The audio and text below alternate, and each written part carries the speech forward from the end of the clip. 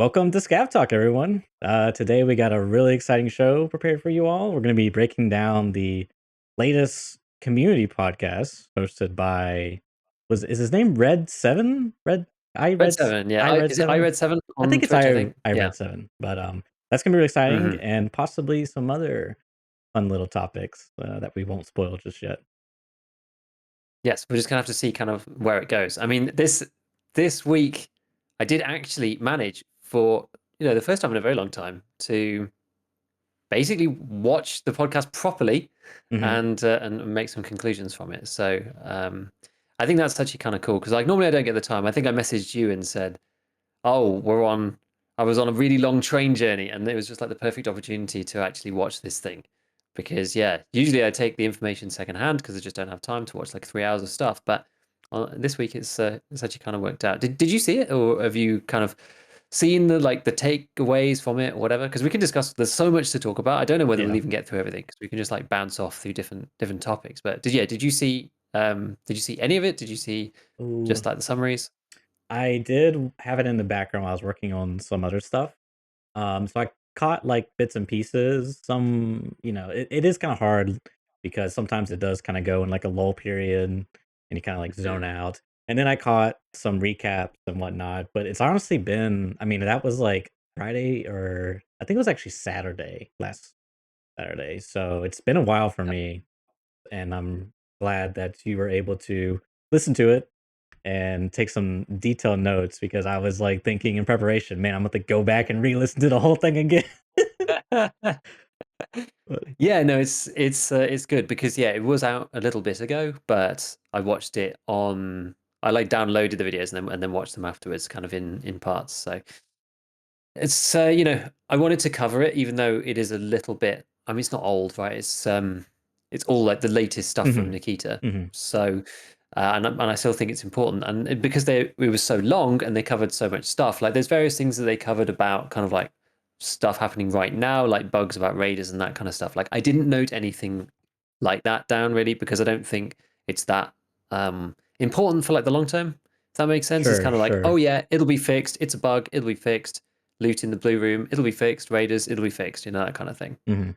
Um, I mean, we can just dive right in if you want. I think. Yeah. I mean, I've maybe just before we start. I mean, Mhm. I've had a very busy week as determined by the fact that I was on long train journeys and stuff in the first place. So um, I don't know if you've had much time to play.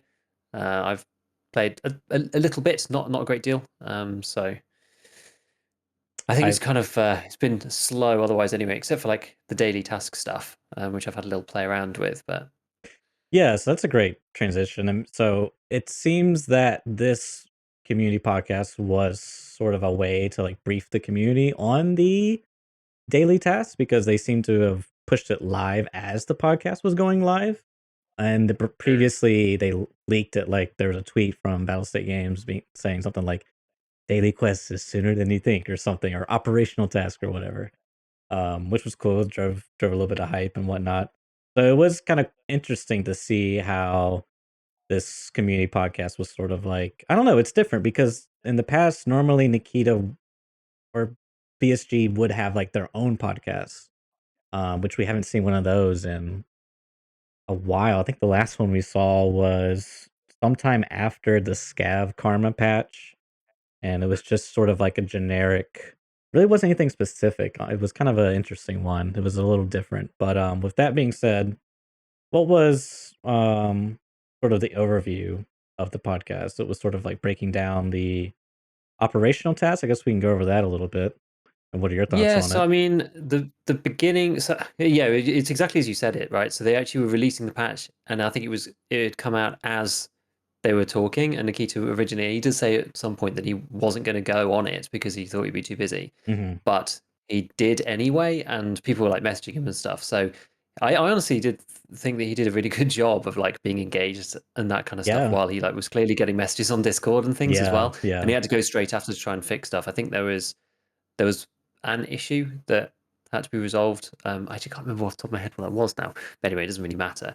Um, but I think people were talking primarily about like the actual podcast went through so much stuff. So it started off with daily quests, and he basically said in short, that it was going to be part of 12.12, but then was moved earlier as a standalone thing because I guess just because like it was ready and he wanted to bundle it into 12.12, but people kind of wanted more stuff to do, Hmm. and this was like one way to do it. And I think like there's been mixed opinions that I've seen so far about whether it's a good idea or a bad idea and whether it's going to help or not going to help. And I think on balance, I do think it will help. Like people having something to do to load up the game, go in, play.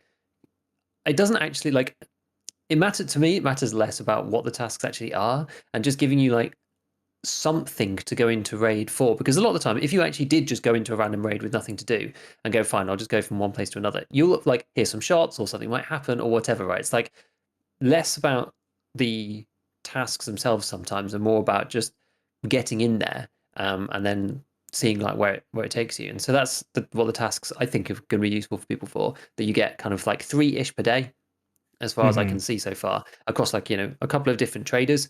And the tasks are, I mean, other people have broken it down, but the tasks are kind of specific to that trader. They make sense for that particular trader. Therapist is kind of healing and that kind of stuff, as well as some kills and Oh. things. But mechanic kind of does more gunsmithy type stuff, and Ragman might want you to get things for him and that kind of thing. But like they can all give you different ones. Huh.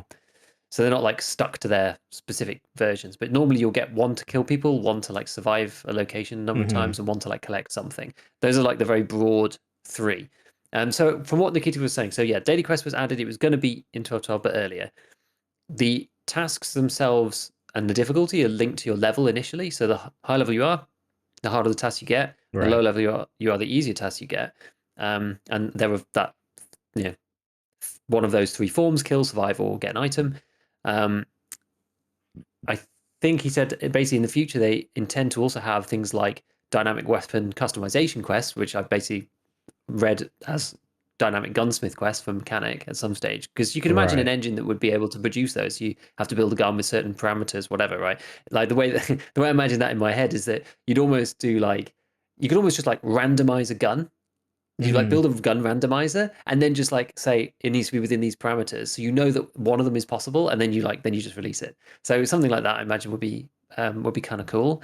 And then as you do certain types of quests within, I imagine between those kill survive item type quests, as you do different types of those, you actually should be, I'm not sure if that's in now or whether this is still just kind of for the next iteration, but you get harder tasks if you complete them, Hmm. and you get worse tasks if you don't. It's not quite clear if you pick them up and then don't complete them. Does that count? Like if you actually Right. didn't try, if you pick them up and then like didn't actually play any raids, like does that count? It's not really clear exactly what that means. But anyway, he said the better you do, the harder the tasks you get, and then there might be some kind of like legendary tasks which have like super crazy rewards, but you have to complete the ones that you have like quickly and have a high success rate of completing those to get those.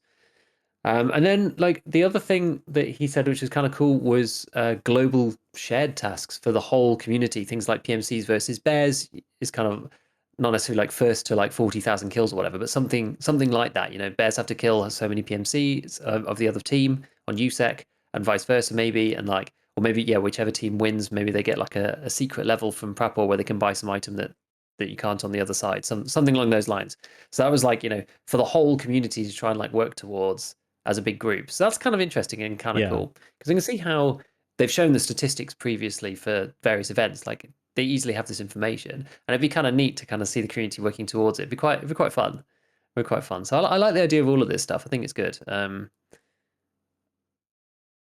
In terms of the ones that I've seen, like they look pretty much as we kind of would expect. Like I've had like survive labs one time. I've had hand in some stuff that could all be crafted in the hideout. I've had one that was hand in stuff, one of which could be crafted, and then one that had to be found in raid properly because there's no craft for it. And then like a load of just kill PMCs with like leg shots, kill PMCs, Right. in various locations, that kind of stuff. So it's nothing too crazy, but I think it's good. Honestly, I think on balance it's good, and I really do think it like helps that longevity and gives people a reason to go in and play every day. And I think once people start playing, it's really just that like a lot of people don't want to boot the game up. I think that's kind of the hurdle. So yeah, people complete it quickly, that's fine. But like once you're playing and you've had a good time or whatever, and you're in the swing of playing, you're more likely to keep playing, I think. So to kind of give people that little I don't know, what's the word? Kind of like well, those things, And the paddles incentive, when you give somebody like the shock to like restart their heart again. I'm a like jump start. having a mind blank. Yeah, like I don't know, like a jump start to Hmm. like for people to actually open the game and like have a look at their tasks and go and play and that kind of thing. Because I think a lot of people just, especially people who like bored and have done a lot of the quests and things, kind of lose that impetus to start again. You know what I mean? Were you implying that Tarkov is dead and this was a way to resuscitate life back into the game? Tarkov's dead. No, I think for some players, in all seriousness, though, I think for some people it kind of is because they've just played it so much, and when they run out of tasks, they're just like, "Well, what am I going to do?" And I Yeah. do think that there's a certain set of people who either they've played it a lot and they're bored, or people who like to have a goal to work towards rather than being able to do their own thing. Like, people are different about what they want to do. Some people want to have an explicit line in the game that says, "Do this thing, and I will Hmm. reward you with a thing." Right? That's how they get their rush, and that's what they like, and they get dopamine from that. Whatever. Some other people, it doesn't even matter. They'll just go in, they'll take something they like, and play customs, and they might not even be working on a quest. It just Yeah. depends on the kind of player. But those players who really want something tangible to work on, even if the rewards don't really matter, the fact that you get something for doing it and you're trying it out and it's new, and as I said, it gives you an excuse to actually go into raid. I think that's important because fun stuff happens, and annoying stuff happens. But stuff happens when you go into raid. If you don't go into raid, you just don't play EFT. So I think it's good overall. I can't see how it's a bad thing. Let's put it that way. Yeah, have you had any tasks? Have you like played any daily tasks as of yet? Have you tried any? I have. I was glad to see one of my first ones was Survive Factory because that's kind of the only thing I go for now. So yeah, I think I had like kill scavs from like 80 meters away. And so I was Mm, like, let me go customs. Because I was like, that's probably doable there, and there was not a lot of scavs. And I think I went originally to reserve, and I just was like, where are the scavs? There's no scavs spawning. It was really annoying. So yeah, those were the ones that I had some other like crafting ones, but I'm just like, I don't know. mm. I'm kind of going through an existential crisis with Tarkov at the moment.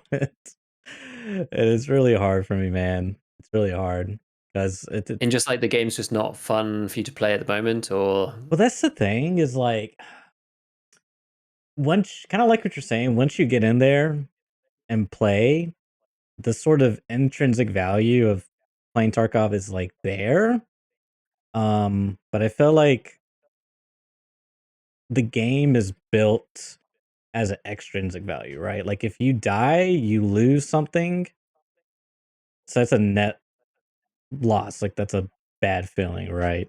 And yeah, then you succeed, you gain something. It's I don't know. It's a little different than something like um, a walking simulator. That's just like there's not really any things at stake other than the own enjoyment of playing the game. So it is kind of hard for me because I like the progression system.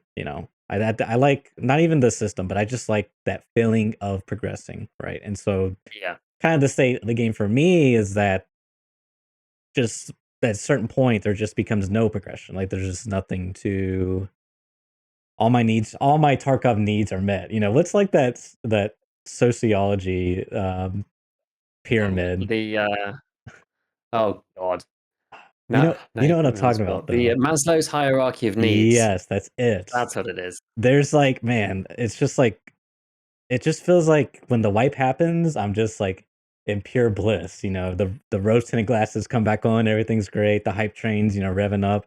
And then a couple of weeks go by and it's like slowly going down. And then like a couple of months go by and I'm just like back where I was last wipe. And it just feels so bad because it's like, man, I really want to like I don't want all my needs constantly met. It's kind of Yeah. a frustrating thing for me. And it's like, yeah, you could just do this and like simulate it, but it's just not the same, man. It's just not the same. But No, it's not the same. Like I mean, I know this is a bit of a tangent. I want to dive into some more of this stuff, but like, I yeah. still really wish that either they had a hardcore mode. Really do think that people would play that for a long time. It would take people Mhm. for like unless you're like literally streaming the game like 8 hours a day, it'd take people forever to progress in hardcore. And some people would really like that. And the people that would find it great. The other thing to have like a prestige so that it does reset and give you something, because then it feels like there's a point in resetting. Right. Right now there's not really any point in resetting other than just to get your own kind of feeling of scarcity and having to start again back. But if you actually got something, and it doesn't even matter what it is, you could even just have like a tally chart on your dog tag. It doesn't matter what it is. People would do it for that. But at the moment there's nothing for that, so there's no reason to restart. And I don't know, maybe it's not really within kind of like the EFT mantra, or to Mhm. be Mhm. restarting a PMC from level 1. It's not really the deal. But you know, it's only really an issue for people who've played the game a lot. And so, I don't know. I think something like that would work. I think it would work. I wouldn't be a detriment to anything, in my opinion. Yeah, and to sort of like transition this, I don't know. This is hard because all right, looking at the daily quest, I can see they put a lot of effort into it, right? Mm. Because they developed a generating system that creates a lot of different parameters for things you have to do. Like what, like it seemed it looks pretty good in my opinion, at face Yeah, value. And there was like some funny scenarios, like go to factory, kill scavs from 80 meters away. Like that was kind of funny, but yeah, it happens. You know what I mean? Yeah. However, for me, it's like what's I mean, yeah, it's something to do, I guess, but it's just like nothing really matters because like I said, all my Tarkov needs are met. It's just like I don't know. I wish that I feel like we're putting the cart before the horse.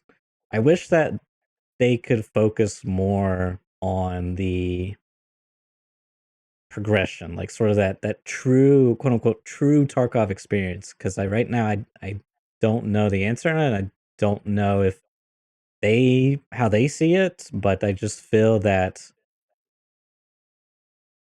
progression is like so optional at certain points, and then it's just like you unlock everything, and there's like no scarcity, and there's like so many different ways to make money, and all the things can be converted into money, and money can buy you anything. It's just kind of it's yeah, it's tough. It's tough because I yeah, love we talked about the cycle last week, and I played it a little bit this week, but I haven't really got to play that much. But I like how I'm slowly getting the next tiers up. You know what I mean? I'm not just like mm, jumping from a 0 to 100. Sometimes that happens, but it happens in the raid. Like I found a, blue gun that was like rare. I didn't have this unlocked from the traders, but it was just like, wow, but I had to like survive. It was like very tense in that raid. So I miss, yeah, I miss that, man. I miss the early wipe gameplay. That's the peak of Tarkov for me. yeah. So, I think though that, like, as Nikita, I think, well, Nikita said before that we're still kind of in like a wipe to wipe cycle, not like a full game cycle, and so that mhm. the that loop is shortened for the time being. And I would hope that they stick to that kind of thing, and that it will get longer in future to go from one thing to another. Money will be harder to come by in the real game. It's, as he said, right? It's like we've talked about this before, the boiling frog thing, right? It's like, and he Yeah. actually said on the podcast, we take 2 steps forwards and Yeah. 1 step backwards Yeah. on the road to getting to the more hardcore game. That's like literally what he said. He was like, we make something really hardcore, and then everyone complains, and then we take 1 step back. And it's kind of that thing of, bit by bit by bit, he's getting it to where he wants to be. And I think that, he it's also that, it's a good point that as things change, there's no point rebalancing the economy all the time and that kind of thing, and like changing it now because people want to, yeah, they want to be able to test everything and that kind of stuff. And I don't know, like after listening to the podcast, I actually am like so much more positive about just the general the whole general thing, because this is always going to be a problem so long as we're in the cycle we're in at the moment. I keep using the phrase the cycle. I think it must be because I've got it on the brain or something. But the wipe to white loop that we're in at the moment is the way it's going to be until it isn't. And from listening to what they're doing, it does sound like, as a very broad overview, it sounds like they are putting out the extra stuff that they need to do to get to the release 1.0 release, and then stuff after that is going to be like DLCs or like extra content afterwards. and then they can really start looking at the economy. I would think and hope, and have it like balanced out for 1.0, because right now it's that kind of thing of, if there's so many systems that are going to change, what's the point in changing it? And people get bored, and they know that people get bored, but all the mechanics and all the stuff's not actually in yet. So put in daily quests now, allay people's kind of boredom a little bit for the time being. They're going to carry on working on stuff.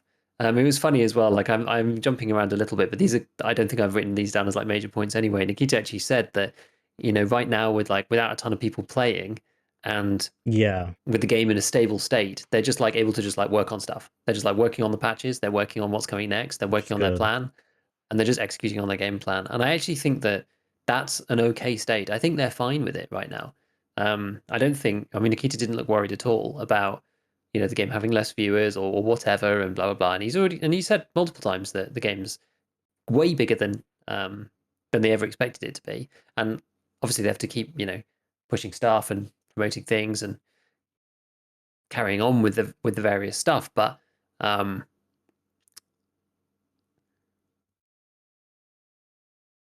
one second. Yeah, no I've been problem. really distracted. Hold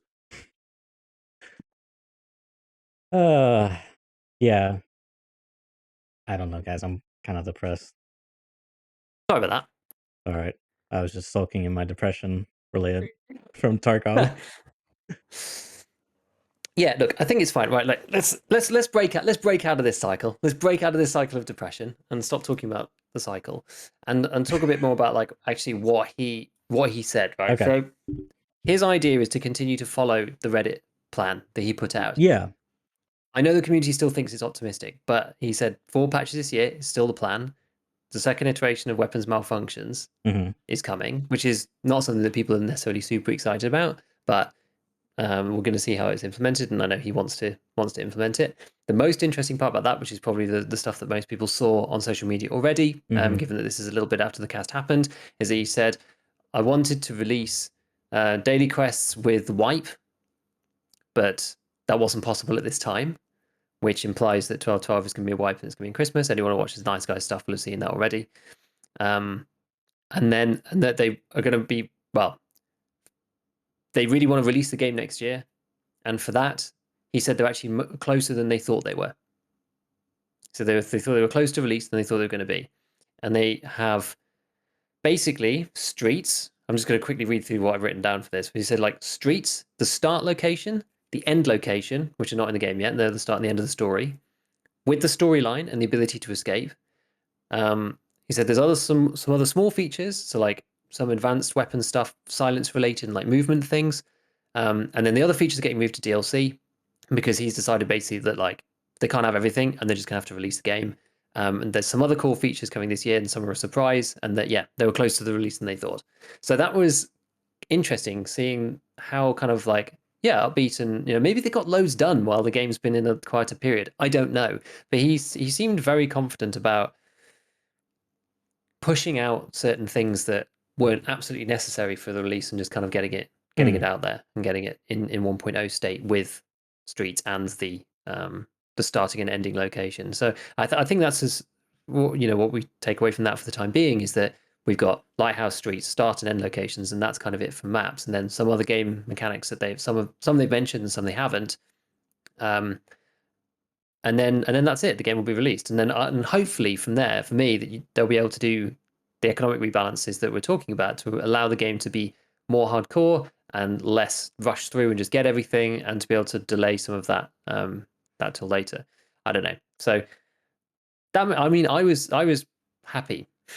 I was happy seeing Yeah. what, listening to the way that he was speaking about it, and just like the general feeling that he had, saying that like we were closer than we thought, and when we actually sat back and looked at the roadmap and the plan on what we've got to do, and it's looking quite good. So that's the thing for me. I don't even care really whether stuff gets released before Christmas or not, or January, March, whatever. Like if they're going to release the game next year, and at least a lot of this stuff is kind of like in process or it looks possible, then that sounds good to me, and we'll just have to see how it ends up.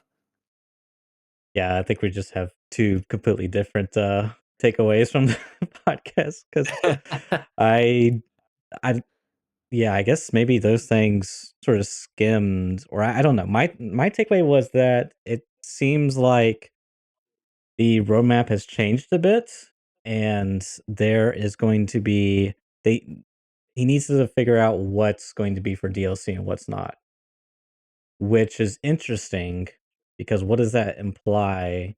What are the implications of that? What features, like, is knockout going, or was it unconscious state going to be a DLC? Like, what is it? He wasn't really specific on that, so I'm not too. No, that's true. He was asked specifically about unconscious state, and he said, "This is the thing, right?" He said, "It's planned, but we're not working on it right now." So I'm not sure exactly what that means. He was like, "It's yeah, it's still planned, but we're not working on it. Like we haven't decided. Like they haven't really designed a feature even. So it's like it's a line on the notepad of like of potential features, but it isn't designed from what I could take away from that. So it's like, will that make it into the final game? I don't know. Will it make it into 1.0? I don't know. Will it be part of a DLC, or is it just going to be part of like? Because I don't know. I don't think that everything has to be DLC. Mhm. Personally, I don't think it does. I think that some stuff, I know, because like the way that you're describing, maybe I'm interpreting what you're saying wrong, and I've seen this in other places too. People being like, right, well, the game's going to release, and then everything after that's going to be DLC. Well, that doesn't necessarily need to be the case. They can add extra mechanics to like the base game, like Unconscious State or whatever, and it doesn't have to be DLC. That can just be Sure. part of the ongoing improvements and whatever that they do to the base game. So that's still speculation, but who knows? Because I imagine DLCs will be like new maps and that kind of stuff. If they want to actually add town or Right. suburbs or one of the Yeah. others, or something along those lines. Because it'd be kind of weird to add a mechanic as a DLC, because then how would that even function? People who didn't buy the deal, like it does. I can't see Right. how that would Yeah. work. You see, and so that's why I think Yeah. like game mechanics will still just remain within the game. I think, and if they really want to add something, then they will. Mhm. And DLCs will be more like extra maps or extra game modes, because this is kind of the next part actually, that he talked about was about Arena. And Arena Mhm. is effectively, I mean, it's a standalone thing, but it is effectively a DLC. He did say that people with EOD will get Arena for free, which I was not aware that had been confirmed previously, Yeah. to be honest with you, because we've spoken about this before about how he's to be very careful, because originally they said, well, it might not be, and everyone was like, Right. oh, you best get careful of yourself, because like people bought EOD with the idea that you're going to get everything Tarkov related and all the content for free because we spent Mhm. a lot of money on this game package. So I think that probably is good. I think that community would have exploded if that wasn't going to be the case, and it could still change. Who knows?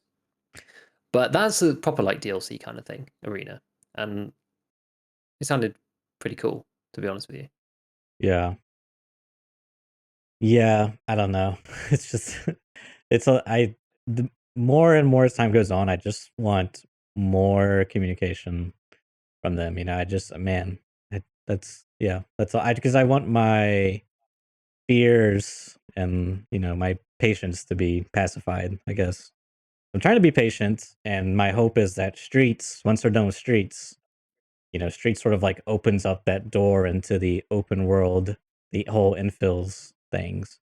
And that's, to me, that's sort of like maybe the answer to a lot of my problems is a more open world game, with more like in rate traders and things like that. Cause then it's just not like, you still have to risk getting that stuff out.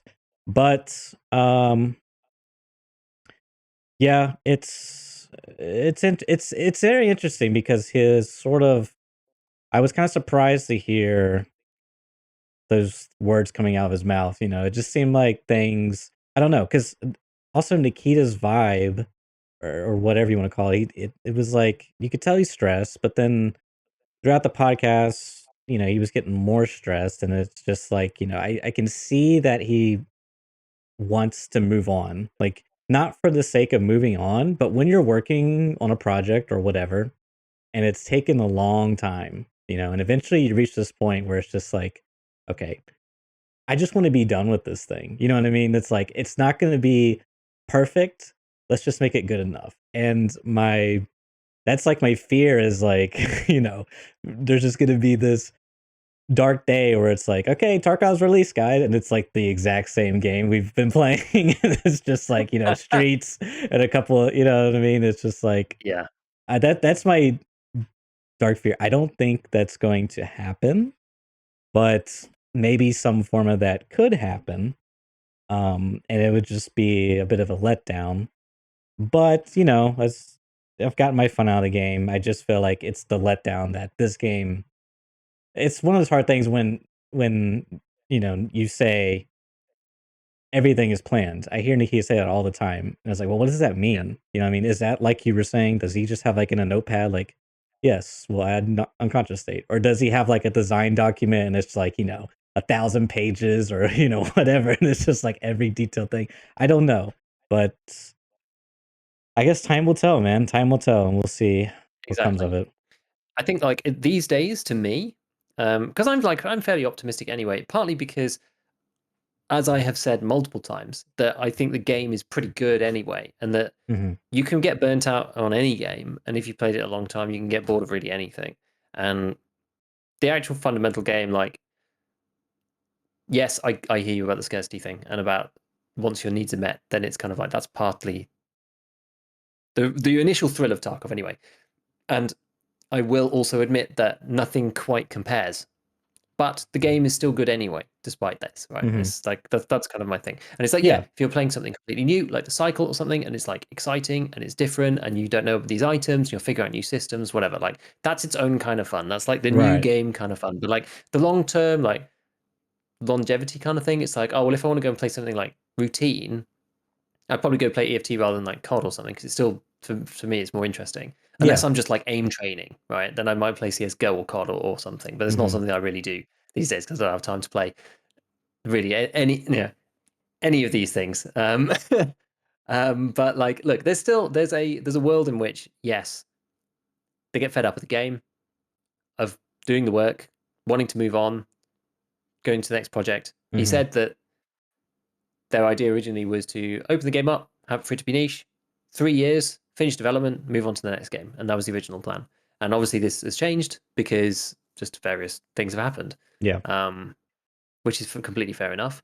But I don't know. It's a combination thing. So I think that yeah, it was unfortunate that they had the patch release at the same time because I think that added to his stress and made him look more stressed than maybe he would be otherwise. Right. Um, you can tell certain things are stressing him out about the development, in particular cheaters, but I'll touch on that in a little bit. Yeah.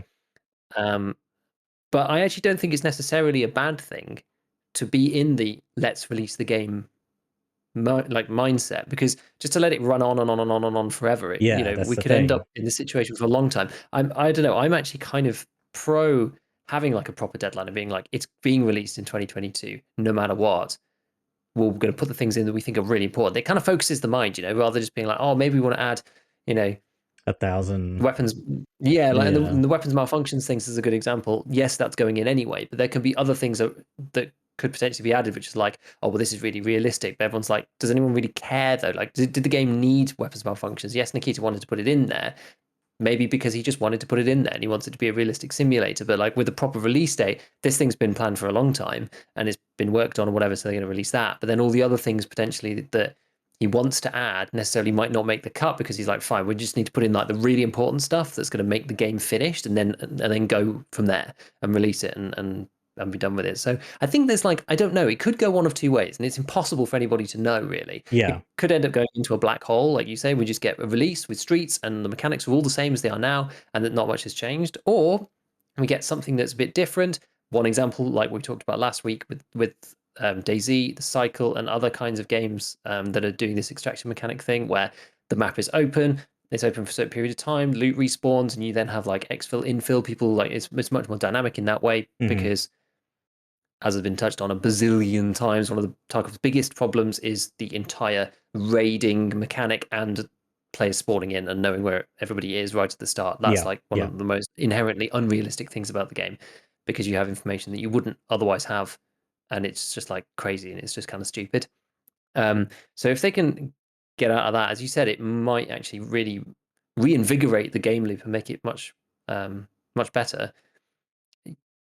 The one problem is you're always going to have this issue actually with the end game in EFT, I think, because people will always run out of stuff to do, and Yeah. unless you're playing the game for playing the game's sake, like you do with other games, then I think it's always going to be a problem. I don't really see any answer to that in particular, unless you have like ways of infinitely iterating on stuff like prestige, like, well, really like a prestige kind of some sort of system where you can just like restart endlessly and it counts up and there's a Right. leaderboard and people want to be first on it, right? It's like, why would people keep playing? Oh, well, you want to keep your ranking. If you don't, other people are going to be prestiging more than you. Whatever. Like, this is the thing for people right at the top, and we hear a lot of those views often because it's people who are playing the game a lot, and it's the top sort of 5% of players who play a ton, and they're either just very dedicated fans or they're content creators. So you tend to hear more of kind of that Mhm. end of the spectrum. So I don't know. It's like it's complicated, and we'll, as you said, we'll just have to see, and it could go any one of which way. But I don't think it's necessarily a bad thing being kind of in the let's finish this mother mode. I really don't. Yeah. I mean, now that you say that, I think that we sort of see on the same page, but just different perspectives. Maybe I'm more of on the pessimistic side, but yeah, I do. That's kind of what my point is. Like, I would much rather them focus on the core, the very foundation more, rather than sort of adding these other layers. Which the layers are cool, um, but it's just like I don't know. That's just my preference. But who am I to say other than maybe I'm a investor because I bought EOD. I don't know. I don't know how you want to look at that. But that's the last thing I want to say about that topic. Yeah. Fine. So So we were just talking about Arena a second ago, yeah. and there were some extra details I didn't go into because I wanted to give us time to breathe and cover some of this other stuff. But Hmm. um, actually, no, hold on. Just before that, I've skipped over one thing on weapons malfunctions just to touch on it briefly Oh because it yeah. said basically five or six more weapons malfunctions are coming. Hmm. But any weapons between 95 and 100% durability will no longer get any weapons malfunctions of any kind except for overheating, which is one Ooh, of the new weapons malfunctions to arrive in the new patch. So they said, interesting. guns can malfunction within that first bit, but if you keep your weapon in a pristine state, we have to make some allowances for the fact it's a game or whatever. This is interesting for players, and so we've decided this is a good thing, and we're going to do that. So I don't know if that's in right now, but I know it might be coming with this patch. So he Yeah. said, yeah, you have a way to get rid of it, and I think that's good. I really think that's good because it gives you a choice there. Because otherwise, it's just weapons malfunction just like happens, and yeah, you have to deal with it. But this also adds an extra thing of you don't have to have them if you spend money repairing all the time and making sure your gun's in tip-top shape and you're careful with your kit. That's kind of part of the planning and preparation thing. I think it fits Hmm. with the ethos. I think it's good. Yeah. Um, I don't I know what overheating's going to look like.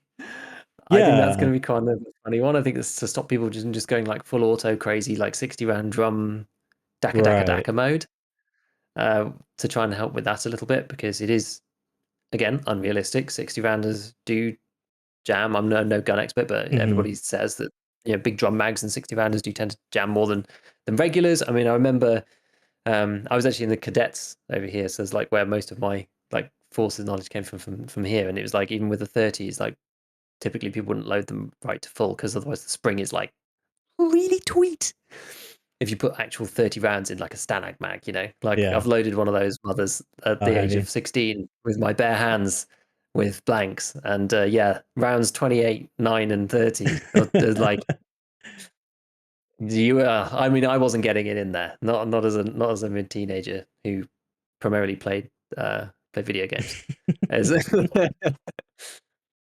so we'll see, but apparently, like the overheating stuff is going to come with graphics, so you're gonna be able to see because there's no like HUD for it or anything, but you're gonna actually see like heat haze on the weapon, like it's gonna graphically be represented on the gun, which That's is pretty like it's cool. kind of Yeah. kind of cool. It's Yeah. kind of cool. So that's decent. I like that. Not sure if the other four different types of malfunctions are going to be necessary or anything. And this is kind of Hmm. like the point you said, right? It's like if they just completely ignored weapons malfunctions and didn't add it to the game, it probably really wouldn't affect the end product at all.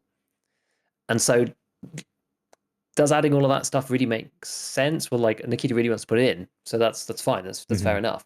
But like, it doesn't affect any of the stuff that we were talking about the longevity of the game, about the game loop, about the way that people play it, think about it, whether they're going to come back, like how long they're going to play for. Like, it doesn't make Yeah. any difference to any of that stuff. It just adds a tiny little bit of richness to the Right. the simulation. Right. So kind of whatever.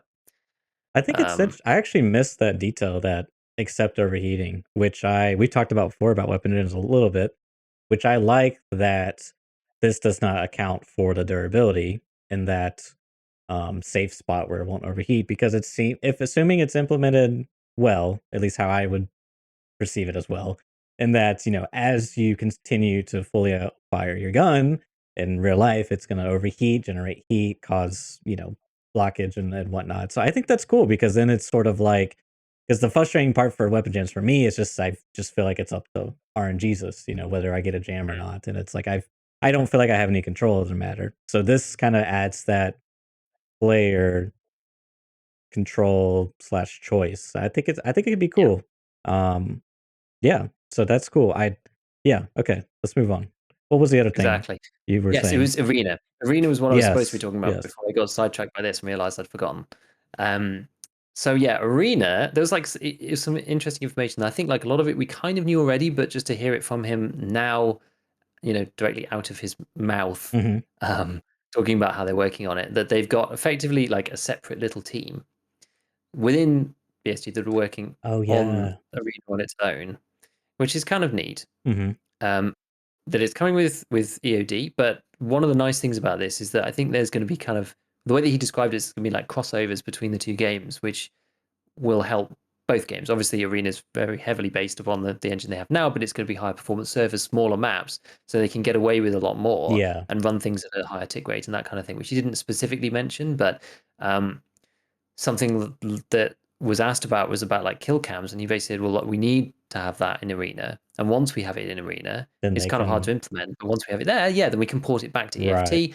Not sure if you're always going to want to have it as like a default option, but he was like, if you like buy a helmet cam, for example, then maybe you can review the footage on it, something like Mhm. that. Like he wants to add a mechanic in the game Be pretty to cool. allow you to do it. But that's kind of neat. I kind of like that. Um, and then yeah, so like Arena's going to come with like PVE unranked training on BSG servers, so you can like group up with your buddies and play offline, effective or not. It's like online on the servers, but you're going to be playing against AI or whatever it is. It's going to be in Arena. I don't really know how that's going to work, but you can fight your friends, I think, as well. In this, so you can kind of like do training together, because I think that's like it's interesting that that's missing, and I know that he's wanted to put that in, and I can see why, because he's mentioned before about the amount of gun and drills and weapons handling and that kind of stuff that him and the team do. Mhm. So it would almost be kind of remiss to like not have that, because training like with training with the boys is kind of Yeah. like a big part of it, right? And like you can't really do that in Tarkov. Like you're either playing proper raids together, Right. but you're able to like run drills or like either just like play against each other to Mhm. hone your skills and stuff. I think it's like I don't know. It sounds neat. So to have Yeah. that option is kind of cool. And he said, yeah, there's gonna be like PvP leaderboards, that kind of stuff. So um, it's underway, and he's hoping that they'll have something to show by the end of the year, like to actually showcase some of the things and how it's going to work and that kind of stuff. So so we'll see. But yeah, I think that was pretty much it. Like just in short, Mhm. what they're doing on it, and I think it's exciting. I think it's cool. You're going to be able to take your kit from real EFT into Arena, but you could also play it standalone as well. Don't know exactly how that would work, Me neither. but sounds it's yeah. I'm definitely going to play it. It's going to be exciting Yeah, I'll and check it fun, out. and we'll see. The topic of cheaters did come up, Yes. which there were a few interesting points. There's the usual stuff. Red7 was asking him about the false accusations of how, and we talked about this previously, about how cheaters say, "Oh well, it's very easy to cheat in Tarkov. It's great, right?" And Nikita said exactly what I said, which is that, well, obviously they're going to say that, right? Because they want Yeah. you to buy the cheats when you think it's easy. Um, but it was quite funny actually. Some things that he said, I hadn't really thought about it from like his perspective and BSG's perspective specifically before. And there were some things that I thought were actually kind of cool. So he was like, at the moment, EFT is quite good on cheaters, and I think it has actually died. Like I haven't seen as many posts about it and stuff. It has got better, and they've done a big ban wave, I think. Um, and he said basically when the anti cheat is working well, the cheats for Tarkov actually get more expensive Mhm. because there's less of them that work. And so he didn't say this, but I was like, you can kind of gauge like how well your anti-cheat's working by the prices of the cheats out in the marketplace, because the ones that are working are now more valuable, right? So you can kind of almost like observe the market for cheats yourself That's funny, and yeah. go, it's working because like it's no one can really buy them, so there's only a couple and they're like getting really really expensive. Yeah, as chat says, yeah, he was really agitated when he was about the situation. I think it's very frustrating for him. You can see it clearly is annoying. Yeah. And he said, like, even about the money thing, he was like, yes, clearly they buy a lot of copies. No, it's not profitable because cheaters cause long-term damage to the game. Was his kind of take on it. Yeah. Which I don't know, maybe, I'm not sure. Like, either which way, I actually don't really care if it's like a collateral damage side effect of it, which that they do get money from people buying copies of the game. I'm sure they do for some people, right? And some people buy the game and then they buy a cheat or something and then whatever. But like, the thing is, no matter how big or small it is, you can see that they're fighting against it. I think it would be crazy to conclude that they're colluding with cheaters. Just the kind of game that EFT is, right? And like the stuff like we Hmm. talked about, right? Nikita puts like crazy things in that won't actually change the return on investment of the game at all.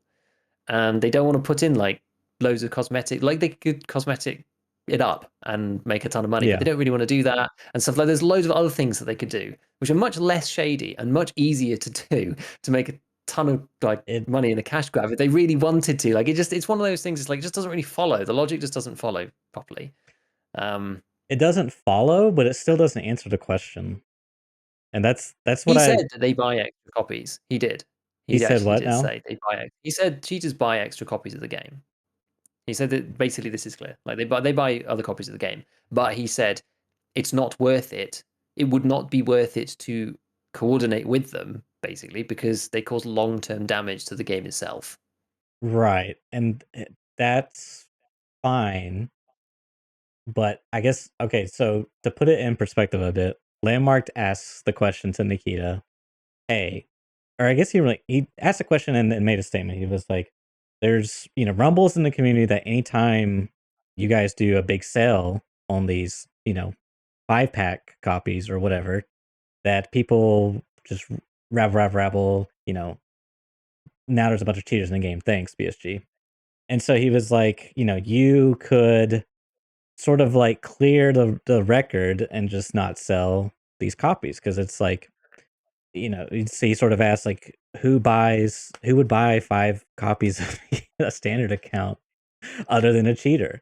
And Nikita, it was kind of like interesting to see his take on it because sort of seemed like I never thought about that, which was odd. Again, I'm not trying to be accusatory towards Nikita, but it's just kind of odd to me.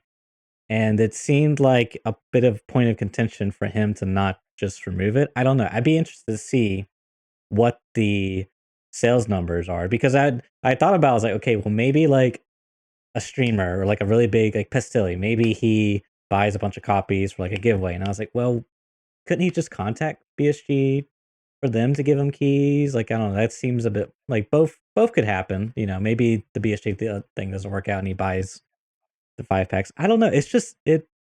That's what I mean. Is like I feel like it still didn't answer the question for me, at least. Yeah, I think that, I mean he didn't answer the question about why he wants to sell 5 packs in one go. I think my take on it is that it's an incentive to someone to be like, hey, look, Tarkov's on sale. We were thinking about getting into this game. Like your All group of us can get a buy. copy. Like, I think Yeah, I could that see was that that. was kind of the idea because I actually think I'm trying to remember now whether that actually happened within my group because it may well have, or maybe we missed it or something. Like it was a long time ago, so I don't remember. But I remember we did look at it at one stage, Oh, really? and maybe there weren't enough of us that wanted to buy it at the same time or something. I think that's the reason. I think that's the reason. Hmm. And he made an interesting point as well, which again I hadn't thought about. Was he was like, well, we can basically like hold up all of our information about hackers and the ban wave and all this kind of stuff, and then we can smash the ban wave out, and then we can sell 5 copies. We can do what he was like. We actually have a free license to do what we like after the ban wave because there's so fewer cheaters because none of the hacks work. So we can sell 5 copies. It's fine because they're not going to be bought by cheaters because none of the cheats working anymore. And it's going to take them time to rewrite it or whatever. So we have this like grace period where we can do what we want, which was something that I Hmm. hadn't really thought about. I was like, I guess there's kind of some truth to that. I'm sure. If you're like building up all this information about all the various people, because they leave people to hack for a while, because they don't want to give away information that of what it was that they did that got their hack banned or whatever. At the same time, they want to be able to collect as much information. Once you know someone's hacking, you can then like monitor them, see how their game client interacts, see if there's anything else, other flags, whatever. There's all this smart stuff, right? Right. And then all of a sudden, they smash everybody all at once, all the different hacks. Then no one knows exactly which bit it was of which one, right? Then people have to rewrite it. And so yeah, that was his point. It was just like, once we do that, we have this grace period now where we can do whatever we like. We can sell lots of copies. We can implement stuff, whatever. And we have this like time that's, and he was kind of like, that time's now because we've done the big ban wave and the cheater situation is way better. And taking him at face value, it kind of makes sense. I don't really have any reason not to take him at face value, but if you decided that you didn't want to, then yeah, I can see the other side of it where it's like, well, I don't know. We'll see actually, because like I feel like Landmark did kind of do a good job of like maybe Yeah, he convincing him really, not to bother putting on the sale anymore, and he wrote it down. So we'll see. We'll see if they carry on. yeah. Yeah.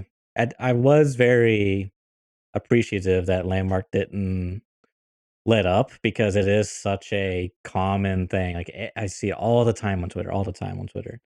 Yeah. And sort of his perspective was that, "Hey, you could debunk this if you got rid of this." And to sort of challenge what you were saying a bit, is if that's the case, that when they ban the cheaters, then it gives them free reign to sell copies. Yes, they can't cheat anymore, but wouldn't you just still buy the copy while it's on sale? Like, why would you wait to That's true. That's true. If you're like confident in your ability to, rewrite it and stuff in the next couple of weeks or whatever, then like, yeah, you absolutely could. but that's You like absolutely could. and then it goes further because you think the cheaters there's people selling the cheats and there's people using the cheats, right? It's sort of 2 different markets. So the people using the cheats, they wanna get back up and running their business, RMT assumably, that's like Yeah. the logical thing, I guess. Um, Hmm. I don't know, man. It's an interesting one. And again, I don't want to, like, assign negative motives to be a sheer battle states. I mean, as we talked about before, um, there's people that buy keys that are resold that are, fraudulent purchases of the game and whatnot. Yeah. And so that's probably, you know, when you think about it, how many cheaters are buying mass copies when they could probably just buy mass copies illegally, not from Mm. BSG. So it Yeah. is, yeah, it's an interesting one, and we'll see what if they change it. I never thought about the group buy thing with friends. Like I could see that. Um, I would like to see what percentage, like percentage of volume revenue they get from those mass copies. That would be interesting, Yeah. but I can't imagine it's that many as that's well. what I This is would the thing. think. It's I can't just, imagine it's that many. yeah, But he also did say that there's like, as far as he's concerned, there's no statistical increase in cheating around those purchases. So I don't know. The which the makes the only sense. other the only other interesting thing that he noted, which I was like, okay, I can understand this as well, was that, as we've said, EFT is like the perfect game to try to run a profitable cheating business because there's an actual business there. Whether we like it or not, like EFT is the perfect game to do it because people will buy the goods and then it's profitable to do the cheats and blah blah blah RMT and all that stuff. Right. And he said the battle I has told them that EFT is basically like moving the cheat industry and the developers are using methods like as they combat people in Tarkov because it's so because it's worthwhile.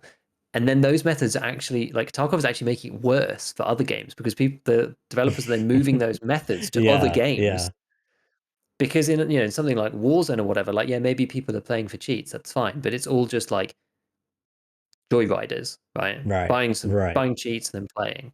Whereas Tarkov's got this like proper like profit motive. Yeah, It's like actually genuine business to do the cheats in EFT, and so that drives people to make really complicated stuff and to like make it work kind of at all costs. And so, but then, yeah, once they've got these methods, they're just like, well, this is like, this may work here or here or here or whatever. Um, so yeah, it was interesting to note that. I was kind of like, oh, that's a funny one because that's actually, he was like, oh, this is, an interesting kind of thing. And I was like, oh, that's not actually very good. I was like, like Tarkov's actually just making it worse for everybody in all games. It's not even just us. It's like, the COD players and the Apex people and whoever, all the FPS people, we're all getting hurt by Tarkov. Even if you're not playing Tarkov, you're getting punished by Tarkov. How about you? How about that? How about that? No, it was an interesting one. That was kind of strange. I thought it was good to think about, but a weird situation.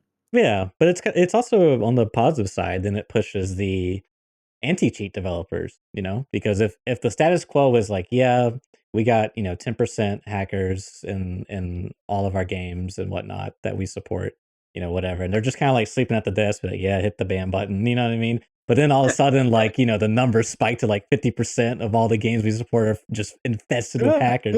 Yeah. Then they The start keyboard's on like fire and like it's the cat and mouse game, baby, it's like mm, they gotta go yeah, back and forth, and so I think it is kind of a good thing and a bad thing at the same time. yeah, exactly, exactly.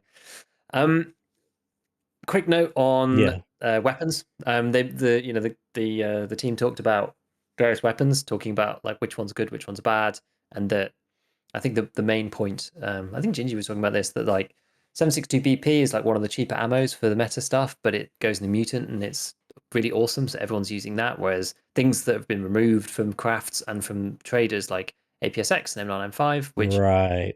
are deemed as kind of like worse ammos, like 762 BP is actually really good. Basically, people are just don't use the MP7 or that kind of thing late game. Well, just like the mutant and those guns are just kind of like a clear choice to use.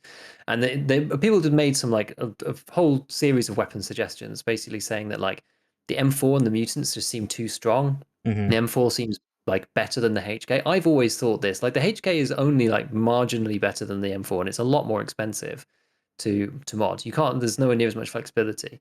And Landmark thought that the M4 was too strong, and the mutant, and that the HK was probably in about the right place. And then the classics, the SR25 and the RSAS and the FAL are all just like on the other end, like the SR and the RSAS have been hit with the nerf stick because of their T-lock getting nerfed because of the mutant, because of this whole Oh, yeah, interconnectivity yeah, stuff. that's I forgot And about then the that. FAL obviously being taken to zero ergo, which probably is okay because that thing's a bit of a beast. Mhm. But you just don't really see it used as much anymore. So I don't really know what they could do with that. But anyways, it was interesting, like hearing some of their thoughts. That he's going to go and take that away. I've already agreed with what they were saying. Like I think the M4's always been really good, to be honest with you. Like if you're like a value player, I've never really seen much advantage in using the HK. Like 50 RPM at like 800 There's a level, big 800, trade, 850 is like so small. especially now And because you lose a lot of recoil yeah, and ergo. yeah, to It's a trade that big off trade. against like the M4 modability, just the universe of mods Yeah. within the M4 is like crazy. You can make any gun you want basically. Like you can really finely tune the recoil and ergo to whatever you like, and Mhm. you can do it at a very low cost because of the way the ADAR works and the ADAR crossover thing. The M4DAR stuff as the base or whatever. So you don't need to buy it at 60k. You can actually buy it at 40k, and all this kind of thing. So you can I don't know. I think the M4 is really, really super good. I've actually been like investigating the mutant. This is kind of a bit of a side point because not really used it this while. I've been doing other stuff, Mhm. and I'm finally looking into it, getting into it, like preparing a video on it as well because I haven't done one yet. And I mean, yes, it's like it's super good. It seems quite fun. I haven't like run any serious raids with it yet, but it's interesting. There's some interesting stuff in there that I didn't quite realize. Like the long barrel version, you can't put the blast mitigation device on it. I don't know whether this is a realistic thing, a realism thing. Hmm. You can only put the BMD on the short version. I didn't know this until I was like Oh, fiddling around with all the yeah, builds the other yeah, day. Because that means that the long version and the short version are actually very similar in recoil. They're like low 50s, both of them. yeah. More like the long like fully decked everything gun is like 51, and the fully decked everything short version is like 53. So it's kind of like, well, you could just keep like the barrel, the handguard, the pistol grip, like because that's pretty good anyway, and then you just Mhm. like add a few bits and the BMD on the front, and yeah, you're not suppressed. That's the big difference actually. You're not suppressed, Yeah. but the recoil's still really good. You don't get that choice on the long barrels. You can't take it to like 48 or 47 or something on the long one because you just cannot attach that. So you have to be suppressed. Whereas on the short one, you actually have a choice because with the Thunder Beast thing, it's still okay. Um, so it's interesting. I don't know. Like I do think it's pretty good. I've always been a bit like downbeat on BP, but I think in the mutant it's pretty insane. I think it's the fact that like in the AKs, if you want to go suppressed, it's like 70 plus recoil, and the fire rate's pretty low, and it's just hard to get the recoil that low unless like it's like high 50s unless you're going like for the full crazy thing. Um, but just like yeah, I just think it works. It works better in the mutant in my view. So I know it is interesting. So like yeah, I think people still think it's probably too powerful. Have you used the mutant much Oh this yeah. wipe? Used it a I was lot. gonna say you missed out when it first came out, dude. The thing was Yeah, I bet so it was busted. busted, so busted. Like I can't remember the numbers. I want to say it was like in the high 30s, like the vertical recoil, and that's just like I think they nerfed it twice, if I'm not mistaken. I could be wrong, but yeah, it was really busted. And that's like everyone's running a mutant or BP. It's pretty common. That's you see some mix up, but Yeah. yeah, I do think that it is interesting. I mean, I like BP, but I've always felt that the AK's rate of fire was kind of like holding it back. And I think Mhm. going from 600 to 650, that's like almost a 10% increase in your rate of fire. Whereas like the HK going from or M4 to HK going from 800 to 850, that's more like a 5% increase. Yeah, So that's very true. it does feel pretty good. But yeah, it to comment on the meta of this wipe, it does feel very, very mutant heavy or M4. And, as they said, a lot of these other guns have just gotten killed. I don't know. It is sort of like one of those things where, it's like, yeah, it's just I don't know, it's kinda like a temporary fluke, like, next wipe, the Scar might just be the new meta, and then, like, they'll do some things and change it around, you know what I mean? It's just like, whatever.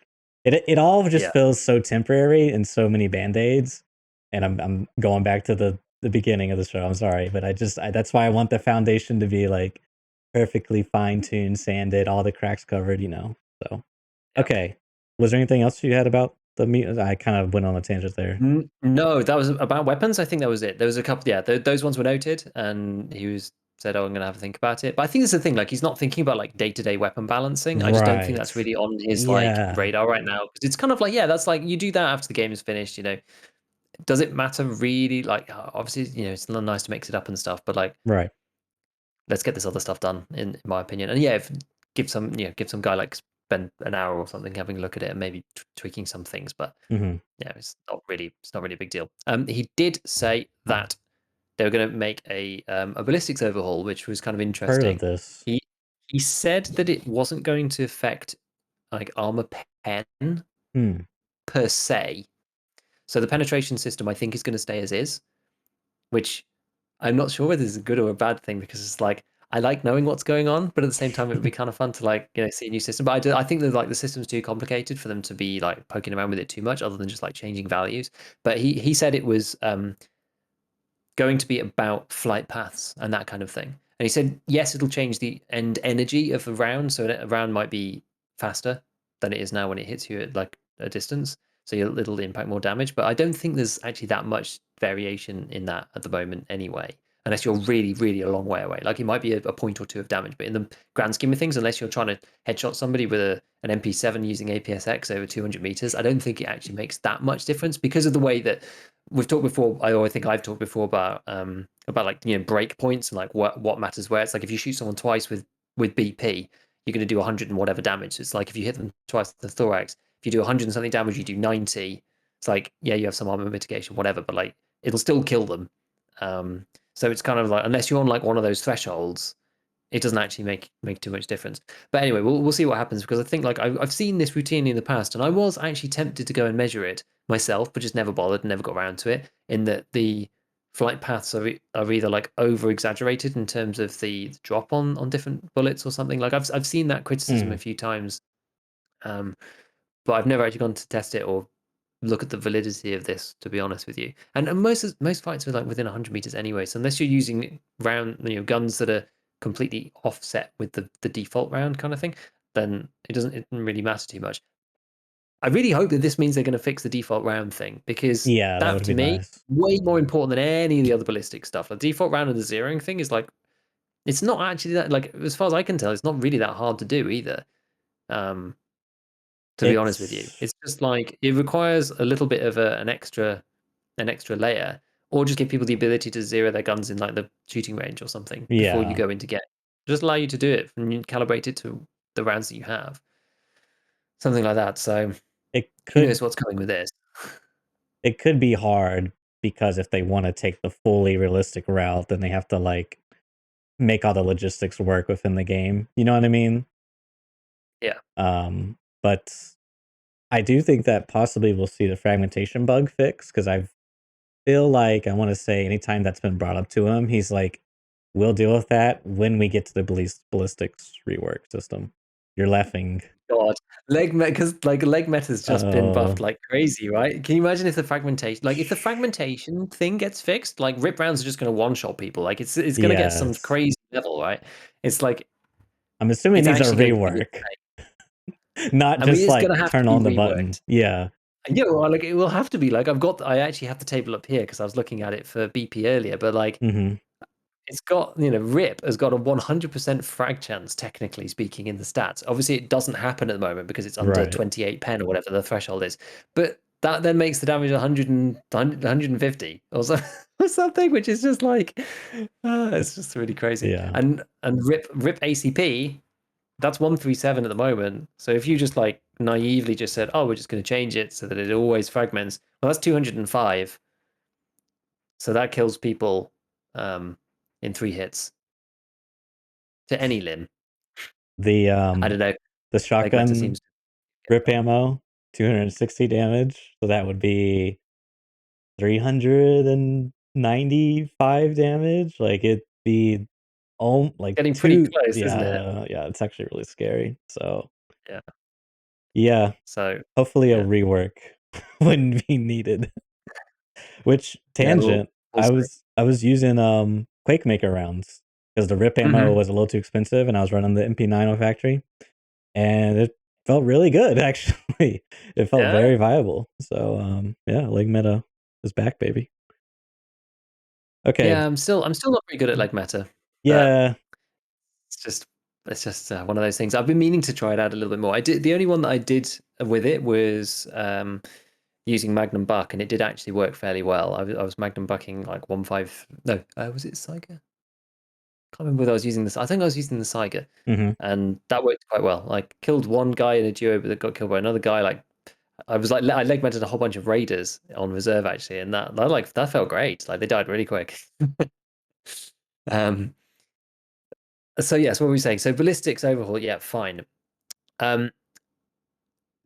There was a discussion about. I'm just kind of going through these in order now. Mhm. But there's a discussion about quick changing, and I actually wasn't quite sure exactly what the ramifications of that were after the questions were asked. I thought I understood at the beginning, and then I kind of listened to it again, and I was like, actually, I'm now not sure what Nikita meant because there were like some questions about it, and the clarification actually made me more confused. So I thought the idea from Nikita was when you shoot your weapon, your main weapon, and it Mhm. has a misfire of some description, that then allows you to quick change to your sidearm, like your pistol. I imagine not the gun in the slot too, I would imagine, but just like your actual sidearm that goes in the pistol slot, and you can change to that really quick rather than fixing the malfunction, like faster than you would normally be able to change over to that pistol slot. That was kind of what I imagined. I think the other people were talking about always being able to change quicker to your pistol, and why not? Like, and because I was thinking this, I was like, why would you not be able to, like, if you can change to your pistol fast when there's a stoppage, why would you not be able to just change to pistol fast normally when you're just like out of ammo or something? So I wasn't actually sure in the end what was going to happen. I think he was thinking about applying it to everything, but I think the initial implementation of it was going to be when you get a stoppage, you can change over quickly, and that was it. And then Right. maybe they'll change the 1 to pistol and Mhm. 2 to pistol speed in general afterwards. I don't know. But it was at least going from the main to the sidearm on a stoppage. It got a bit confused as far as I could Yeah. tell. But that sounded kind of cool because like I think Red7 said no one uses pistols in this game, or no one brings an extra pistol, right? You're either running a pistol as your Or main, you're not. or you're running something else. Yeah. And even with stoppages, you're actually better off just like clearing the stoppage and just carrying on than trying to swap to the sidearm because like it's rubbish and doesn't do anything. If it was like almost instantaneous, then at least it would be an option then because it's like as we've always talked about, right? It's all about players having options. Mhm. And right now, it's like option 1 is to fix the stoppage, which takes the same amount of time as swapping to your pistol, and then having the gun that you intended to go in with fully loaded with all the Right. good stuff you're meant to, or swapping over to a pistol that takes exactly the same amount of time and now has worse ammo than what you had before, less less controllability, not full auto, obviously unless you're using the 18C like you're a real gentleman, but um, whereas this way it would be like, right, well I can swap to the lower effective weapon, Mhm. but it's way quicker, Yeah, there's a and I can better just trade-off. yeah, and I could just pop this guy into the face. So it's like a much better trade off between the two. So I quite like this as like a game design point of Yes. view, and so I hope they do put that in. Um, and then what else do they say? Oh yeah, there's a bit about like cosmetics and painting weapons, which is supposedly planned, but nothing purple and crazy. Um, that there's going to be a container between Kappa and Epsilon, which we kind of knew about, which is going to be sort of like old Kappa in terms of progression, because they just like whizzed off Epsilon off in, sorry, Kappa off into the distance, and no one could get it now. So there's going to be something in the middle. Mhm. Um, and a bunch of other guns that are coming into the game. The G36, which is being modeled, and the RPD, which is being animated and is a boss's weapon for streets. Maybe I'd missed that at some point, but I was not aware that those things were coming in that particular order and in that particular fashion. I knew the 36 was being done, but I didn't know the RPD was like being animated and was boss only. So yeah, there was a couple of interesting things there, which Exciting stuff. we will see along with the scar. Indeed, indeed. So I think that was it mainly. Um, there was one point I think it was about like 2 hours and 10 minutes in, and Mhm. Nikita was talking about the being a developer and like making games and stuff. He was like talking about watching other games and how like when this, I think he might have. Was this too early? I don't know if he was talking about the cycle. Maybe that was too early. But he was talking about when he sees other game developers like tiny studios making stuff and it gets popular and everything blows up and all the servers are on fire. And he was just like, I really feel for them. It's he said, Yeah. it's crazy when you end up in that situation. He's like what he said. He said it's crunches, it's madness, it's pain, it's tears, and even sometimes blood. It was his literal quote, and I was like, oh my god, what happened? But I want to know now. I'm sure there's a story in there. You get Um, map finished right now, comrade, yes, as he cracks his knuckles. Yeah. exactly, exactly. Uh, yeah, So I think that no. was it. I think that was it basically. Yeah, it was good. It was good. I thought he was on good form despite the pressures. Yeah, I it's did. always so hard, man. So hard for both the people asking the questions, for Nikita. It's so hard, man. So, yeah, shout out to those guys 'cause, Yeah, yeah, it's tough. But at least they're attempting, so they're going for it. exactly. Were there any other points you wanted to go over from the cast? What he said? Any of the questions from any of the Um, guys? there was the topic of I don't really know how I got started, but there was sort of like a discussion being had about PvP not being profitable, and I guess sort of I think the ask was sort of, "Hey, people are not incentivized to go for PvP. They're incentivized to go for loot. Mm, Could we make PvP more profitable so that people would be incentivized to go for more PvP?" Right? I think that was the ask, but I mm. feel that it sort of got misrepresented or however into like PvP is not profitable. We want PvP to be profitable so we can make more money. And then Nikita just looks at him like, "You have 1 billion rubles. Like, what the fuck?" You know? I mean, he was just sort of like, "Are you serious?" I think at the end he was like, "Fine, I'll type it down." You know what I mean? I want to say, Yeah, I know. I completely like. I feel I'm completely on his side, right? In some ways, I mhm, get it, right? And yeah, maybe they can tweak it a bit. You know, maybe there's something they could do to tweak it a little bit. Like make they're not going to do a radical overhaul or something, but like yeah. maybe make some of just the selling of bits, because you get most of your bits from other players. You don't really get that many bits from raids. Like where else are you going to get like non-finding raid bits from? What do you Like mean off the by flea? bits? I mean like weapons parts. You Okay. as in you so where do you get like non-finding raid parts from? Well, you're going to get it. if you get something back in insurance, if you buy something from the traders, if you buy something from the fleet, and if you kill someone in PvP. Those are really the only things. If you get like if you get your own stuff back in insurance, then fair enough. Because the thing is, anything that you find in Raid, you're just gonna be able to sell it on the flea market if it's of any value. So I don't really feel like there's much of a problem upping the values a little bit for gear to be sold, because the only situations in which you're going to be selling that non-finding rate gear is, yeah, either if you got it off somebody or you got it back in insurance yourself. And are people really selling the gear they get back in insurance? Probably not. They're probably just going to use it. And so I reckon that uh, the main use case, I guess, the way you put it, for that is that people will be killing other people in PvP, getting back in, they don't want their stuff, and they sell it rather than having to use it. And so I think you could up like the prices, the secondary market price of some of the weapons attachments and that kind of thing, um, Yeah. to help with that in some ways. But that being said, it was quite funny because it's just kind of like they're like, oh, people just want to run around the maps and they just want to like loot stuff, and like people just trying to survive and get out, whatever. And he's just like, yes, and problem? What's your like?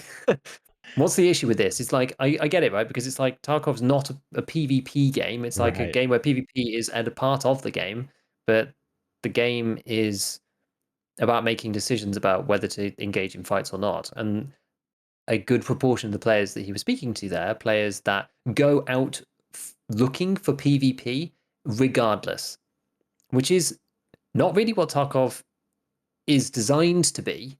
And if you're super good, you can make it work, but it's not as profitable as not doing that. And I think that's kind of fine in some ways. And also, none of those guys are broke either.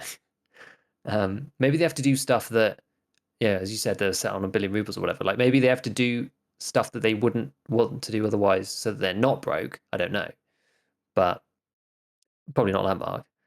But it's a funny one. It's a funny one. I agree with Nikita, honestly. I think like they could rebalance it a little bit maybe, but making it so that you can just like main PvP, I don't think that's the point. I really don't think that's the point personally. Right. Well, it's like here's where it all comes crashing down for me is like the vision is one thing, and then what we have is a different thing. And in my Mm, opinion, what we have in a very unfair way to say is cause to effect your steps. Once you reach a certain progression threshold and you can generate enough income, you just gear and that's the thing. What's there to do once you reach that point? Well, just shoot people because survival and or not surviving is doesn't really matter. You know what I mean? Because when you have infinite resources, quote unquote, then it's just like what's there to do? So it's like that's sort of where it's like it's a battle. It's like that's what we have now, and that's where the fun and the hype and all that stuff's at. So if that stuff is like not where it could be, like, hey, we can make this better. So it'd be more PvP oriented, whatever, however you want to look at it. Um, I can see that. But that's like where tying it back to the beginning, man. If we just worked on the foundation and maybe we made it more like the vision instead of adding these little systems, then I don't know. I just feel like we could ultimately just have a more closer to that finished product game because right now it is very temporary, very, this is what we got. And I can understand some grievances because to me, it is unfortunate that I find a Lex in raid, but I kill a player in the raid. I can't sell his stuff on flea market. Like when I was playing with my introducing some friends to the game and helping them out, they were just like, "What? Why can't I sell this guy's thing on the flea market?" I'm like, it's not found in raid." He's like, "What do you mean I found in raid?" It's just like, welcome to Tarkov, Yeah, it's not found in raid. You found it in the raid, but it isn't found in raid, I'm afraid. Yeah. It's like finding raid the special thing. And It's very weird. I don't know why that change was made. Was it made to hurt the PvPers? Was it made because RMT? Because I could see how I buy a Labs key card off the raid, I go into raid, it's now found in raid, it goes back in the flea market. Like it's back in the you could just filter stuff in the system, you know what I mean? So I Yeah. could see how that's a problem. So maybe it's done for that, I don't know. But at any rate, you know, it was the founder raid got hit, so player gear became less valuable, meaning you can only sell to traders. And then the traders got nerfed. They started giving less money for everything. Yeah. So it's kind of like double nerf. So I don't know. It is a tough one. I can kind of I wish that the question was asked differently because it was kind of just like I don't know, just come out with it, man. Hey, we really like PvP. We want people to also really like PvP, you know? So like maybe I'm basically advocating that maybe there was some balancing to be had, you know, maybe. I don't know, Yeah. but Yeah, it's a difficult one for me, right? Because like yeah, I agree with you in to a certain extent sure. that Tarkov becomes COD with extra steps once you have infinite resources and as you said before, your needs are met and you can generate enough resources that you can pretty much do what you like. Mhm. Fine. However, that being said, where does this question come from then? Do you know what I mean? Because the reason why these people are Right. complaining is because they're saying, well, PvP is not profitable. Well, then it isn't COD with extra steps because now you're actually having to manage your economy because PvP is not profitable. So then you've got to do something Exactly. else. So it's like, I don't think it can be both. This is the thing. It Yeah. can't really be both. Um, it's kind of a weird situation, right? It's like everyone's complaining about like, oh, well, there's nothing to do, and it's just like, oh, everyone's got infinite money and everyone's running like the fully geared stuff, and it's just like, oh, but PvP is not profitable and blah blah blah blah blah, and it's like, I'm not really sure. I'm not really sure what you want. You Mm. know, I don't really know what the community wants from this. It's it's strange, Yeah. but yeah, I don't know. It's like Tarkov. There should be, in my opinion, a decision between should I fight this guy or should I not fight this guy. And the beauty of the game is in all the other stuff around it and Mhm. the scarcity and the build up and all of that stuff.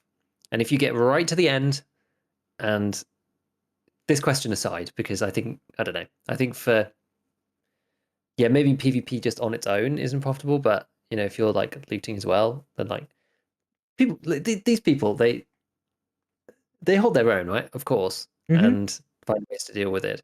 And I'm not really sure. I'm not really sure. I've like derailed myself with the thinking about the question again. I'm not really sure what the ask is. Is the ask just to like so that they don't have to loot at all?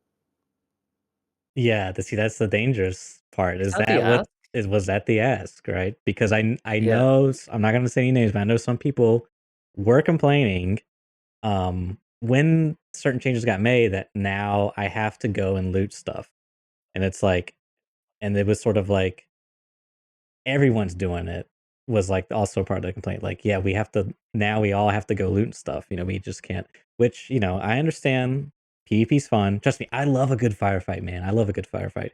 But to add on what you were saying, it's all about those choices come from the win condition and the loss condition, right? You losing something, you yeah, gaining something. You know, it's always something you're like, do I get extra greedy? You know what I mean? Do I go for them spicy shots? You know, and when that erodes, for me at least, it's just not. That's not why I got sucked into Tarkov. You know what I mean? So, yeah. Which I can completely get because then when you get to that stage, and let's ignore this question because it's sidetracking me. When you get to that situation where you can generate, you don't even need to be running top tier kits, but whatever kit that you like to run and enjoy running, and you're just playing the game for the gameplay's sake, then you're just looking to do PvP, let's say, because and mhm, like ignore yeah, as I said, ignoring the profitability thing, you say fine, I just want to do PvP, and it is profitable for me because I loot and whatever as I'm going. It's like if you're at that stage, it's kind of like, well, then why shouldn't I just go and play COD? Because if I'm not restricted on my resources, it doesn't feel like a post-apocalyptic world. I am waiting 5 minutes to get into a raid. There's the networking isn't up to scratch. Like you can see why people then go and do something else, or they want to play the cycle, or they want to play Apex or something that feels a bit more polished, where it's all PvP, where it's just you and your skill and your mouse clicking and like outstratting people, whatever. And they go back to CS:GO and they go back off to even things like PUBG or whatever, because it's more pure in that sense. Because Tarkov had these mhm, other elements that the way the game's constructed right now, and if you're, it depends on what kind of player you are, but if you're a certain type of player um, that really enjoys that section of the game, once that's kind of gone, then yeah, all you're left with is this core gameplay loop, which is very similar to these others, except it's got all this extra stuff around it, which just kind of gets in the way. And I think that's valid. Honestly, I think that's a valid that is a valid criticism. And I hope that this gets fixed, as we said right at the beginning when we had this kind of initial discussion. I hope that this gets fixed with 1.0, with Yeah. more dynamic exfills and stuff. Not like, and yeah, they need to fix some of the networking and stuff. That's fine, but we want to bring some of that dynamism and that early gameplay and the extra things that make Tarkov, bring them back to the fore so that they're important even later on in the game, so that it feels like you're still playing early game EFT, even if you've been playing it for like 3 months or something. Now, whether they can actually get to that is another question. Mhm. But that's kind of what we would hope for, I would say. Yeah. Yeah. Well said. Cool. I managed to actually put a coherent thought out. Come on, man. That's always you. I'm the, Papega of the bunch. Was there, Uh, any other topics or any other maybe questions from chat or anything you wanted to talk about before we close today? uh, don't think so too much. I think they've added some magazine tagging. I didn't actually try it. You won't be able to tag magazines now with different labels or something. I'm not sure if that's a mistake or something, but I haven't tried it myself. I just saw a couple of screenshots.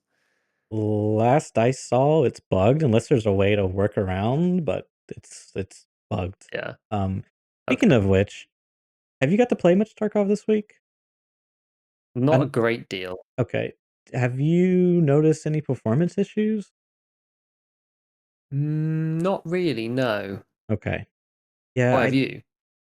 I was playing today and I just felt like I wasn't getting I looked at my FPS counter, I was like in the 70s on Which map are you factory. on? Oh, Factory. Yeah. Now Hmm. it could be because I'm streaming and recording. Um, it obviously that does affect it, but I don't know. It was just I was listening to another creator and they were talking about performance issues and bugs, like their game kept like they had to kept restarting their game because it would like lock up or something. Weird. So I don't I was just curious if you noticed anything because I No, it's been okay for me, honestly. It's been okay. fine, except for like reserve. I think is always the bugbear for me. It's just Yeah. like there's a lot going on, and that's the one that like lots of stuff and lots of scavs and raiders and things happening on the map and players and people shooting, and then you go like picture in picture with the scope. That's for me when it goes Yeah, like what that's yeah. dips below 60 a little, That's a which is rough like one. kind of annoying. And then you're looking at your GPU and it's at like 35% or 40%, and you're like, oh guys, come on, and that Yeah. kind of thing. Maybe yeah, and CPU too is like not 100% usage, but Mhm. whatever. So it's part of the optimizations and that kind of stuff that I think is tricky. That kind of thing's hard actually. Like Yeah. hardware optimization is hard. That's where the big studios do have like a big advantage. If you're especially if you're making something that's like kind of intensive, like some games are more intensive than others, and Tarkov is clearly one of those that is more intensive just kind of by design. Um, so I think those things are kind of harder to clear up. But I did wanna say anyway, that, yeah, apparently Pastilli is doing a podcast, here soon, so I it's have a to bit of team one. I'm not sure. Um, shout out to Dudeson for informing me on this. So we'll probably have to see what what comes of that because I don't know if it's a Tarkov related podcast or what, but that would be interesting to see. Which brings me on to another topic. Have you seen Deadly Slob's video? This the his like take on the state of the game. And we'll close I at this, have I promise. seen I have seen the first couple of minutes, but that's it. I haven't watched it Okay. in enough detail to give a proper opinion as of yet. I Okay. started watching it, but then I was like, I can't remember what I was doing. I was doing something else, and I didn't manage to get through like more than the first couple of bits. So I kind of like got like the idea and the sort of sentiment of what he was saying. Like very like, what's the kind of key takeaway, Man, or just that's all the general stuff that everyone already knows about EFT and the reason why people leave because there's new and exciting things and the game's not really much happening in it, which gives Battlestate actually time to develop the game, which I think is probably okay at this stage. it's yeah, I mean, it is sort of like a current events topic, if you will. Hmm. But, him coming off the back of playing the cycle and really liking the cycle, um, it was he sort of had this take where and let me just say that I watched it, but I don't remember all the details, and yeah, unfortunately, I watched this stuff too early in the week. I just need to start taking notes. But anyways, he talked about how the cycle doesn't have the flea market and how, he that pretty much convinced them that Tarkov would be a better game without the flea market. That was just like the nail in the coffin for him. But he said it in a way where it's like it's fine if they don't do it that way. It's that's just his opinion, I guess. And there were some other topics and whatnot, but it's I mean, as we said in our last show, when we did the special on the cycle, it was pretty it's gonna be very interesting to see how that game develops and how that sort of like what the 2 studios, Ballistic Games and Jaeger can sort of like, because at the very core, they're, similar, but, playing the cycle, it's like, yeah, this is definitely not Tarkov. Like, I mean, in Yeah, fact, playing the cycle got me to want to go and play Tarkov, believe it or not. Um, it just wasn't the it's like, oh, well, this isn't the same when we go back to the cycle, it's like, I would have like take parts and pieces and mix them anyways. So yeah, we'll have to catch up next week then and then see what some of your thoughts yeah. I are. should have watched it by then. Maybe we talk about it then because I think it's probably still going to be relevant. I would imagine. I So would think okay, I'll so. go watch it. I'll go watch it Yeah. properly, and then we'll talk about it then and see. But I mean, Deadly's a super level-headed guy. He's like Exactly, yeah. probably one of like it's funny. It's one of those things where like I don't necessarily like watch. Well, I don't even watch like nearly half his stuff to be honest, because a lot of it's like raid stuff. Mhm. But that's fine. But he's still like, despite me not watching that much of his content, like if he's streaming, I'll most of the time I'll end up on his stream. I think Oh, usually yeah. like if he's just like up. I know he's just like one of those creators that I like just really respect. I really Mhm. really respect Deadly. I think he's super super. He's like so chilled, so level headed. Like he does just the way that he approaches his community and stuff. I think he just does so much stuff right. Um, he's like, well, he's probably one of my favorite content creators. I think, and despite like in just into like just in kind of like just vibe and like approach and that kind of thing. Um, and even though yeah, most of the video is not necessarily like for me in my like personal consumption or whatever, I Mhm. still just like really like his take and really like the way that he like conducts his stuff. I think he's great. So yeah, I'm excited. That's why I wanted to watch it, but then got I can't remember what I was doing. I was doing something else. I think it might even just been like doing the washing up, and it was too loud, and I was just like, "Well, I want to hear what he's saying, so I'm going to turn this off. I'll listen to it later." And never got around to it. But yeah, that sounds good because I'm intrigued as to what he has to say.